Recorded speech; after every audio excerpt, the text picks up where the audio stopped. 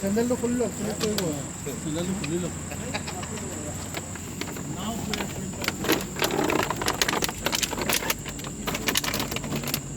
সাংবাদিক আছে তেখেতসকলেও যথেষ্ট সহায় হাত আগবঢ়াইছে খবৰ বোকা খাতৰ পৰিয়ালবৰ্গ হয় মই যোৱা 1 জুন তাৰিখে মই এটা থিমছ লৈ প্লাষ্টিক মুক্ত ব্ৰহ্মপুত্ৰ থিমছ লৈ এখন পেলনীয়া প্লাষ্টিক বটলৰ পৰা নিৰ্মিত এখন বুটেৰে মই এটা 13 দিনীয়া যাত্ৰা কৰি আহিছিলোঁ। যাত্ৰাত মই আজি 5 নম্বৰ দিন আৰু 5 নম্বৰ দিনা মই আহি কাজিৰঙা পালোহি আৰু কাজিৰঙাত মোক ফৰেষ্ট ডিপাৰ্টমেণ্টৰ কৰ্মচাৰীয়ে মোক ক'লে যে কি আপুনি ইয়াৰ পৰা পাৰ হ'ব নোৱাৰে আৰু পাৰ হ'ব নোৱাৰে বুলি কৈ ৰখাই থৈ বহুত সময় ৰখি থ'লোঁ। তাৰপিছত মই তেখেতলোকক ৰিকুৱেষ্ট কৰিলোঁ যে কি মই ইয়াৰ পৰা ক'ত যাম কি কৰিম তো তেখেতলোকক মোক আইডিয়া কিবা এটা সহায় কৰি দিয়ক। তেখেতলোকে অলপ আগবঢ়াই দিলে ধনচিৰি মুখলৈ, যিহেতু মই ধনচিৰি মুখৰ পৰা ধনচিৰি মুখত নোপোৱাৰ প্ৰায় 20 কিলোমিটাৰ আগত মোক ৰখাই উভতি যাবলৈ কৈছিলে, কিন্তু মই তেখেতলোকক ৰিকুৱেষ্ট কৰিলোঁ যে কি মই ক'ত যাম কি কৰিম কেনেকৈ কি কৰিম একো অপশ্যনেই বুজি নাপাইছিলোঁ, মোৰ কামেই নকৰা হৈ গৈছিলে যেতিয়া মোক ৰখাই দিলে। তাৰপিছত মই পোনপ্ৰথমে কাজিৰঙা টুৰ গাইড এছ'চিয়েশ্যনক ধন্যবাদ জ্ঞাপন কৰিছোঁ, অল আছাম টুৰ গাইড এছ'চিয়েশ্যনকো ধন্যবাদ জ্ঞাপন কৰিছোঁ, যিহেতু মই ধনচিৰিৰ পৰা ওলাই অহাৰ সহায় কৰিছে। তেখেতলোকে আমাক ট্ৰাক দিছে, তেখেতলোকে থাকিবলৈ দিছে, খাবলৈ দিছে, তেখেতলোকক মোৰ অন্তৰৰ পৰা ধন্যবাদ জ্ঞাপন কৰিছোঁ। আৰু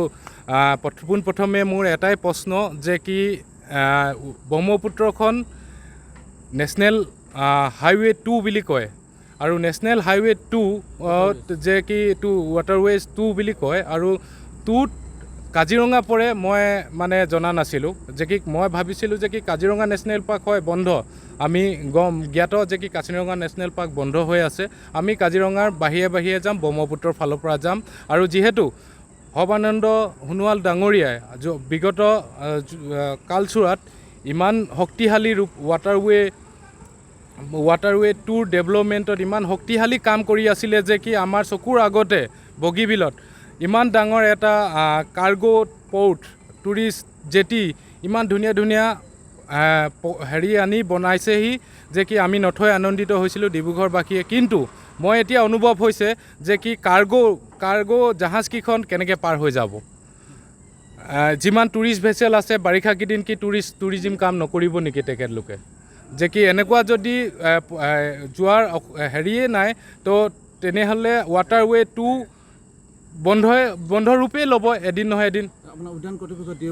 DFO মই তেখেতলোকক চবকে ক'লোঁ যে কি তেখেতলোকে কৈছে যে কি আমাৰ পাৰ্মিশ্যন নাই, সেইকাৰণে আমি যাবলৈ নিদিয়ে। ঠিক আছে, মই ভুল হৈছিলে, মই কিন্তু ভাবিছিলোঁ যে কি এইটো নেশ্যনেল হাইৱে ৱাটাৰৱে 2 বুলি ভাবিছিলোঁ, যিহেতু মই ৱাটাৰৱে ব্ৰহ্মপুত্ৰৰ ফালেদি যাম, মই কাজিৰঙা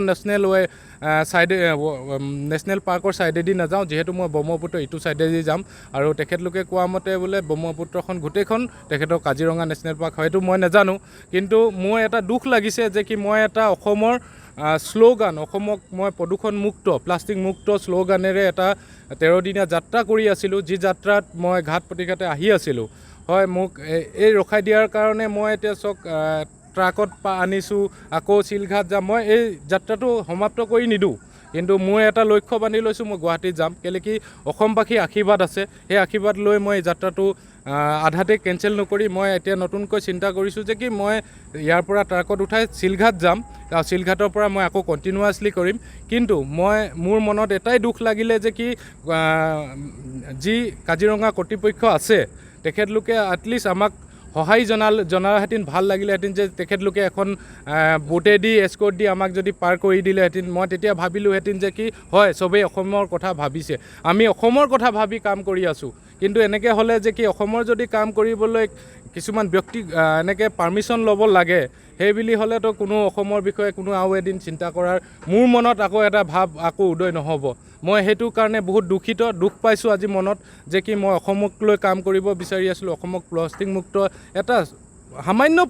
মোৰ প্ৰয়াস, মই নোৱাৰোঁ, হয় সাগৰখন সিঁচি শেষ কৰিব নোৱাৰোঁ, কিন্তু মই মানুহক যে কি সজাগতাহে কৰিবলৈ চেষ্টা কৰিছিলোঁ যে কি প্লাষ্টিক বটলটো পানী নেপেলায় তো আপোনালোকে পানীটো খাই পেলাই নিদি আপোনালোকে গোটাই ৰাখক গোটাই ৰাখিলে আপোনালোকে চাওক মই এখন বোৰ্ড বনাইছোঁ আপোনালোকে এখন জেৰুৱাৰ জেগাত ৱাল বনাব পাৰিব প্লাষ্টিকৰ পৰা আপোনালোকে ৰিচাইকেল ইণ্ডাষ্ট্ৰীত জমা দি দিলে আপুনি 2 টকা পইচা পাব আপোনালোকে প্ৰদূষণ নকৰাব তাক ইউজ কৰক কিন্তু ভালদৰে ৰাখি থওক এই বুলিয়ে মই মানে এই প্লাষ্টিক মুক্ত ব্ৰহ্মপুত্ৰ 21 চনৰ পৰা কাম কৰি আছিলোঁ কিন্তু আজি দুখ লাগিলে যে কি 21 চনৰ পৰা আজি বাধা পালোঁ কিন্তু বাধা ঠিক আছে মোৰ কাৰণেই দিছে নে কি কাৰণে দিছে সেইটো ক'ব নাজানো নোৱাৰোঁ আৰু কৰ্তৃপক্ষই জনোৱাও নাই ভালদৰে তো মই ভাবিছোঁ মই আগন্তুক চৰকাৰক এটাই অনুৰোধ যে কি মোক আগলৈ যিটো মই শিলঘাটৰ পৰা কাম কৰিবলৈ বিচাৰিছোঁ ৰাইজক মানে কি সজাগতা কৰিবলৈ যি উদ্দেশ্যৰে ওলাই আহিছোঁ আগলৈ যেন মোক একো বাধা বিঘিনি নিদি মোৰ